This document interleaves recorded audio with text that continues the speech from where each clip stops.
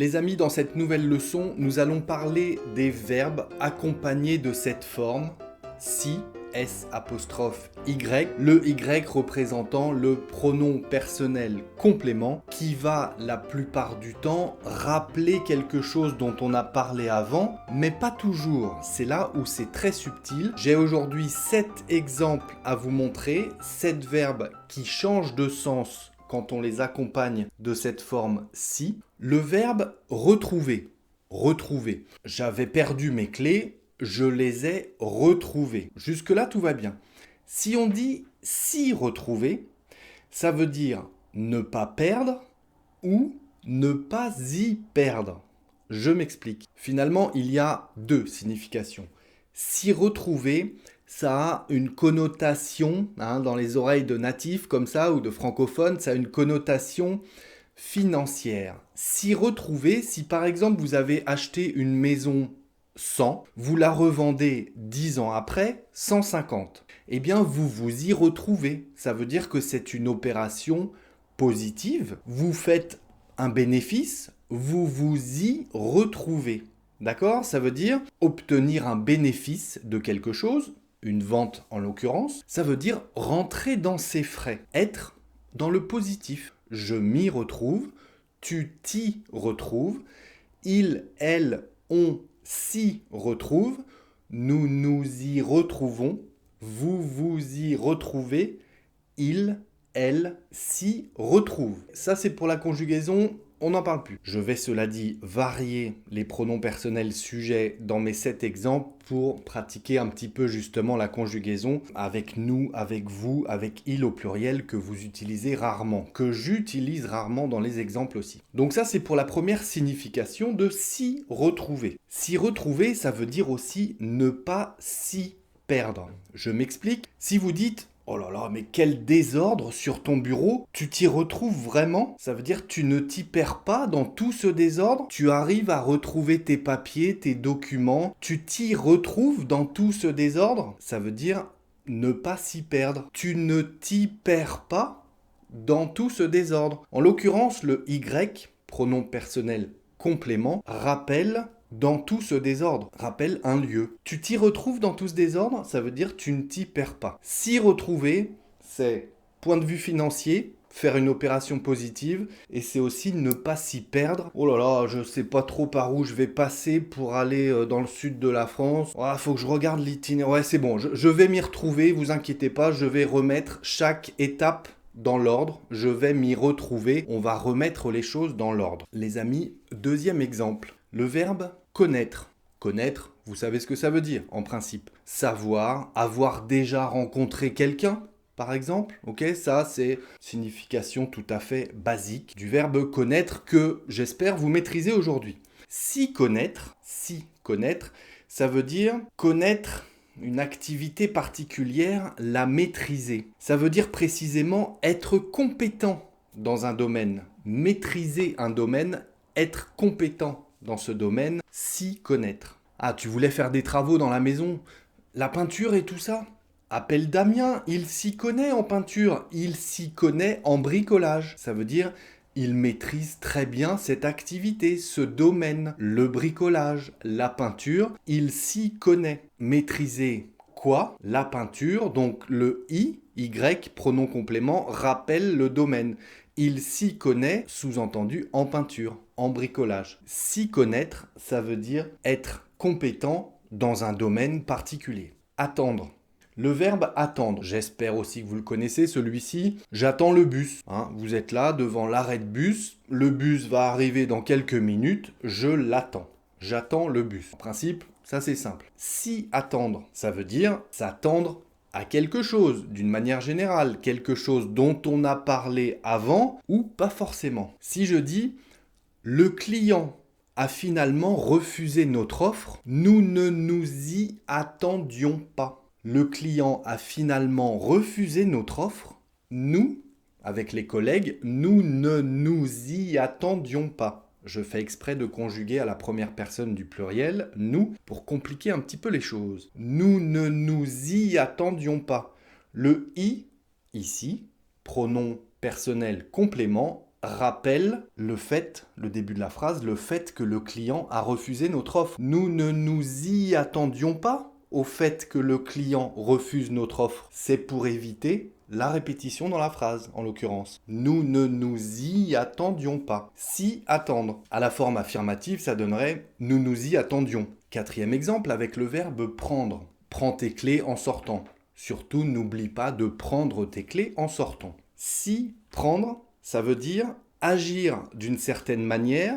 Donc, on parle de manière, donc bien ou mal, d'accord ? Agir d'une certaine manière en vue d'obtenir quelque chose, d'obtenir un résultat. Concernant ce client d'avant qui a refusé notre offre, finalement, on pourra dire, vous êtes le responsable de l'entreprise, vous pouvez dire aux commerciaux par exemple, mesdames, messieurs, vous vous y êtes mal pris pour convaincre le client. Vous vous y êtes mal pris. Si prendre, que j'ai conjugué à la deuxième personne du pluriel. Vous vous y êtes mal pris. Je reconjugue rapidement. Je m'y suis mal pris. Tu t'y es mal pris. Il, elle, on s'y est mal pris. Nous nous y sommes mal pris. Vous vous y êtes mal pris.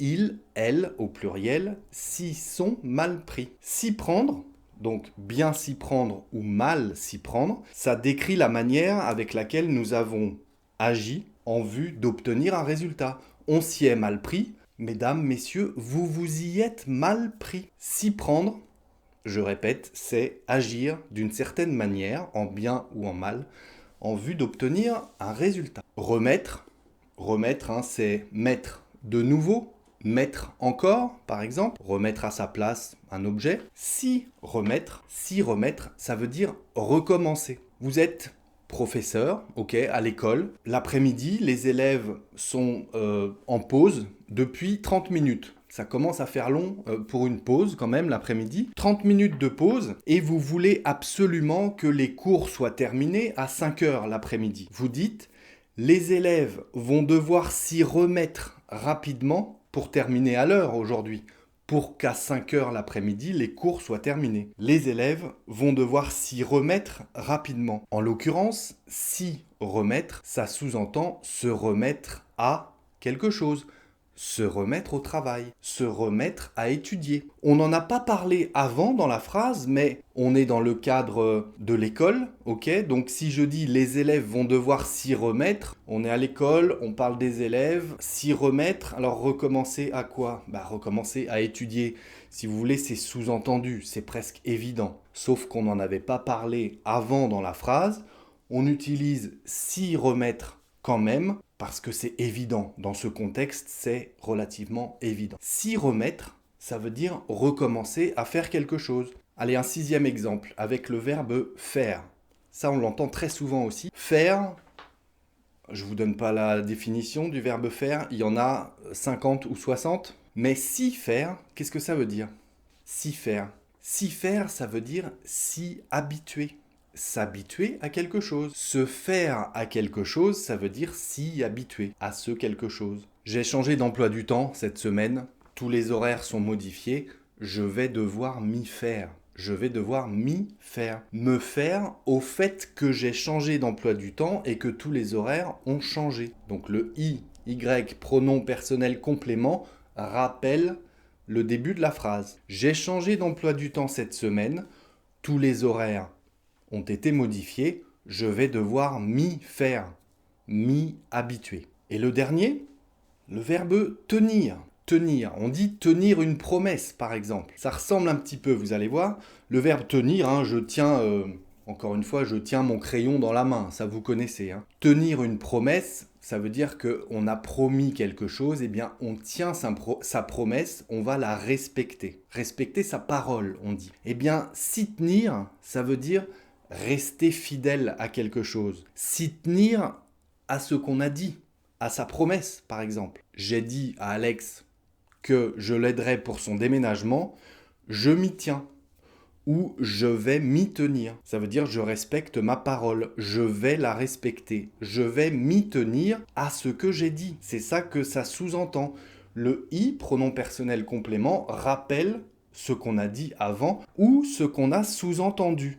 C'est là où c'est subtil avec ces verbes, c'est cet exemple. D'accord? C'est que ça rappelle quelque chose que l'on n'a pas forcément dit auparavant dans la phrase. Là, en l'occurrence, on le dit en début de phrase. J'ai dit à Alex que je l'aiderai pour son déménagement. Je vais m'y tenir. Ou je m'y tiens. Après, vous le conjuguez comme vous préférez. Ok les amis, 7 verbes dans cette leçon. J'attends évidemment 7 exemples dans les commentaires. Je compte sur vous. Merci dans tous les cas d'être resté jusque-là. Merci pour votre fidélité et pour votre soutien. Je compte sur vous pour mettre un petit pouce, un petit like. Ça m'aide beaucoup sur cette plateforme. Vous le savez et en plus, ça fait plaisir. Je compte sur vous pour vous abonner si ce n'est pas encore fait. Cliquez sur la cloche pour recevoir une notification à chaque nouvelle parution. Puis comme toujours, dans la description, en dessous, dans la description de cette vidéo, vous trouverez tous les liens pour devenir membre de ma chaîne et recevoir les transcriptions de toutes les prochaines leçons, de toutes les prochaines vidéos. Le lien vers ma page Patreon, si vous souhaitez que je vous envoie une carte postale chaque mois dans votre boîte aux lettres, ou des magazines, des livres, c'est vous qui décidez. Allez voir les différents abonnements que je vous propose. Le lien vers PayPal, pour ceux qui veulent participer, contribuer au développement de mon activité. Toutes les contributions sont évidemment les bienvenues. Et le lien vers mon calendrier de réservation pour venir discuter avec moi sur Zoom ou sur Skype, pratiquer votre expression orale, pourquoi pas préparer votre examen de français ensemble. Je propose des accompagnements pour le DELF ou le DALF. Allez voir tout ça, vous cliquez sur le calendrier, vous choisissez la date et l'heure, vous effectuez la réservation et moi j'attends gentiment derrière l'écran. Je vous attends les amis. Allez, merci encore d'être restés jusque-là. D'ici la prochaine leçon, je vous dis travaillez bien les amis, restez concentrés, prenez soin de vous et à très bientôt sur le Français by Alex.